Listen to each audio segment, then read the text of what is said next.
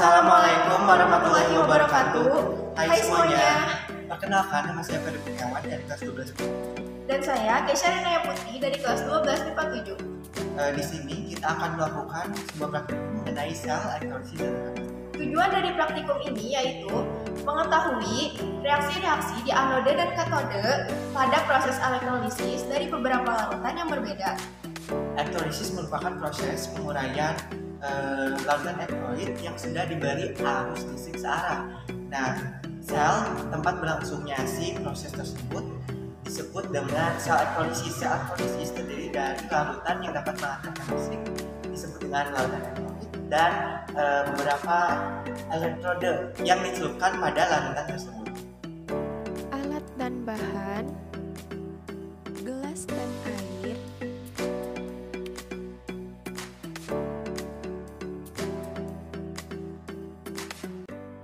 dua buah pensil dan satu buah kardus,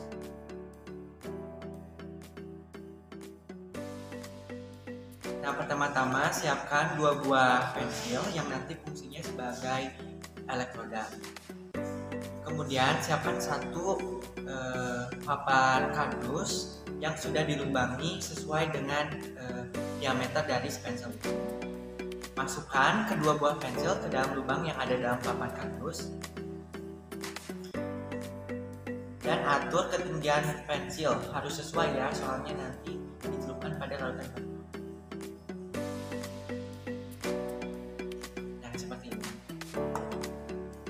Kemudian siapkan gelas yang sudah diisi air. Lalu di sini kita memakai salah satu larutan, salah satu bahan yang dijadikan untuk larutan, yaitu NaCl atau garam.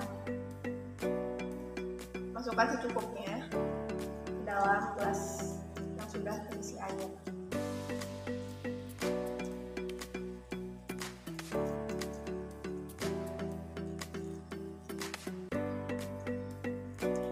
Lalu aduk hingga rata, hingga garamnya larut.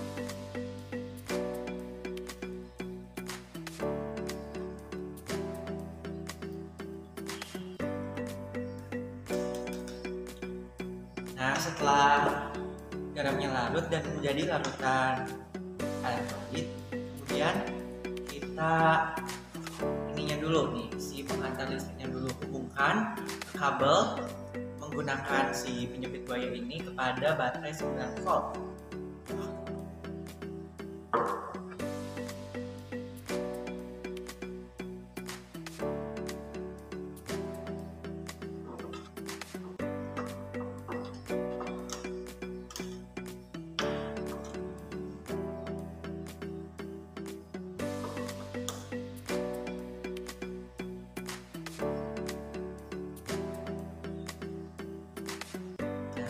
Seperti ini.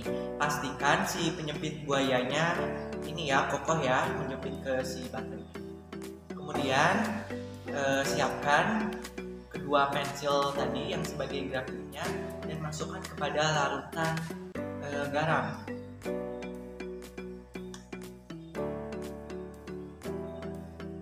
Nah, kemudian hubungkan baterai 9 volt pada grafit yang ada pada pensil. Pada elektrolisis larutan NaCl, kita dapat mengingat kembali deret volta. Pada katoda, terjadi persaingan antara air dengan ion Na+. Berdasarkan tabel potensial standar reduksi, air memiliki E0 reduksi yang lebih besar dibandingkan ion Na+. Ini berarti air lebih mudah tereduksi dibandingkan ion Na+. Oleh sebab itu, spesies yang bereaksi di katoda adalah air.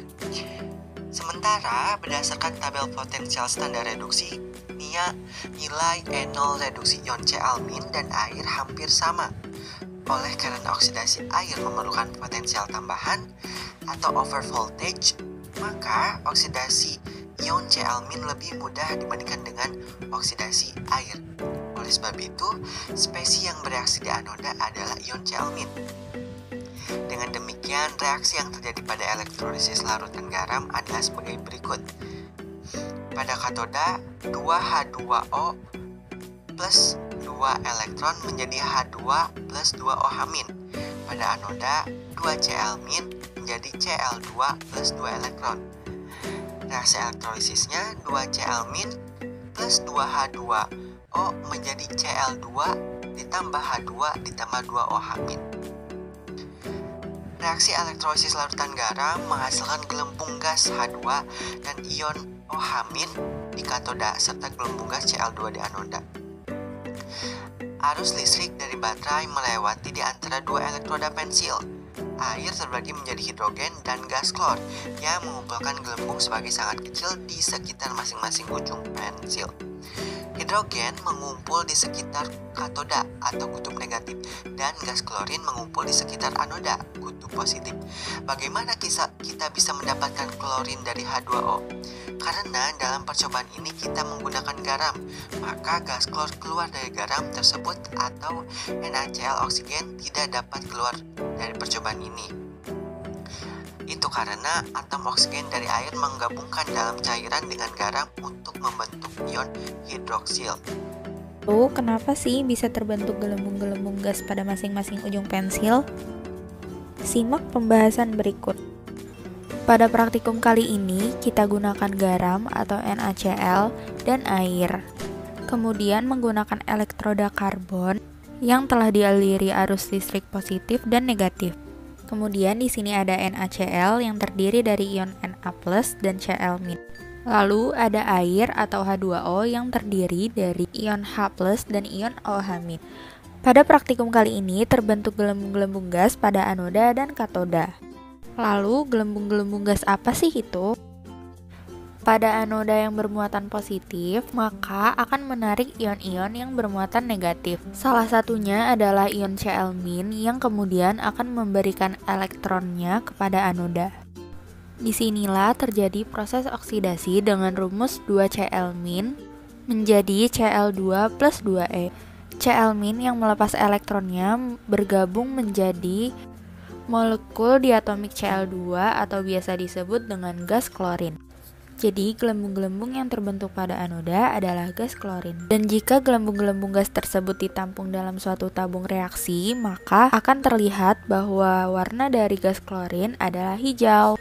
Lalu, pada katoda bermuatan negatif akan menarik ion-ion yang bermuatan positif untuk berkumpul di sekitarnya. Salah satunya adalah ion H+. Kemudian ion H+ akan menerima elektron dari katoda dan terbentuklah reaksi reduksi. Dengan rumus 2H+ plus 2E menjadi H2. Ion H+ menerima elektron dari katoda, maka akan terbentuk molekul diatomik H2 atau yang biasa disebut gas hidrogen. Jadi gelembung-gelembung yang terbentuk pada katoda adalah gas hidrogen. Jika gas ini ditampung dalam suatu tabung reaksi, kemudian didekatkan dengan sumber api, maka akan terdengar bunyi plup. Sementara itu masih tersisa ion Na+ dan OH-. Kedua ion ini bergabung membentuk senyawa NaOH yang merupakan basa kuat. Kemudian dapat disimpulkan bahwa praktikum elektrolisis ini menghasilkan natrium hidroksida, gas hidrogen, dan gas klorin, yang dapat dirumuskan 2NaCl plus 2H2O menjadi 2NaOH plus H2 plus Cl2. Jika kalian mencoba untuk mencium aroma larutan setelah praktikum, maka akan tercium aroma seperti kaporit. Aroma kaporit itu berasal dari aroma gas klorin atau Cl2 karena Cl2 ini biasanya digunakan sebagai kaporit dan juga sebagai bahan pembersih pada beberapa produk-produk pembersih. Selanjutnya, di sini kami menggunakan cairan Ki atau kalium ionida. Bagaimana sih bentuk reaksi pada cairan tersebut? Pembahasannya ada setelah video ini. Dari hasil pengamatan, dapat diketahui hasil dari elektrolisis larutan Ki adalah munculnya gelembung-gelembung gas pada ruang katoda. Pada ruang katoda terjadi reduksi H2O, sedangkan pada ruang anoda terjadi oksidasi I2. Larutan Ki mengalami reaksi reduksi oksidasi selama elektrolisis berlangsung. Pada anoda terjadi reaksi oksidasi. Pada elektrolisis larutan Ki menghasilkan ion I negatif karena ion I negatif lebih mudah teroksidasi daripada air. Pada katoda terjadi reaksi reduksi H2O menjadi ion OH- dan gas H2. Reaksi elektrolisis di katoda adalah reduksi air, sedangkan di anoda adalah oksidasi ion-ion. Hal ini disebabkan karena potensial reduksi air lebih besar daripada ion kalium. Reaksi elektrolisis yang terjadi pada anoda dan katoda untuk larutan Ki adalah sebagai berikut. Reaksi reduksi pada katoda yaitu 2H2O ditambah 2 elektron menghasilkan H2 ditambah 2 OH-. Lalu, reaksi oksidasi pada anoda yaitu 2I negatif menghasilkan I2 ditambah 2 elektron. Jadi, gabungan reaksi ionisasi reduksi dan oksidasi dari larutan Ki adalah 2H2O ditambah 2 elektron menghasilkan H2 ditambah 2 OH negatif. Dan pada anoda yaitu 2I negatif menghasilkan I2 ditambah 2 elektron. Sehingga hasilnya menjadi 2H2O ditambah 2I negatif menghasilkan I2 ditambah H2 ditambah 2 OH negatif.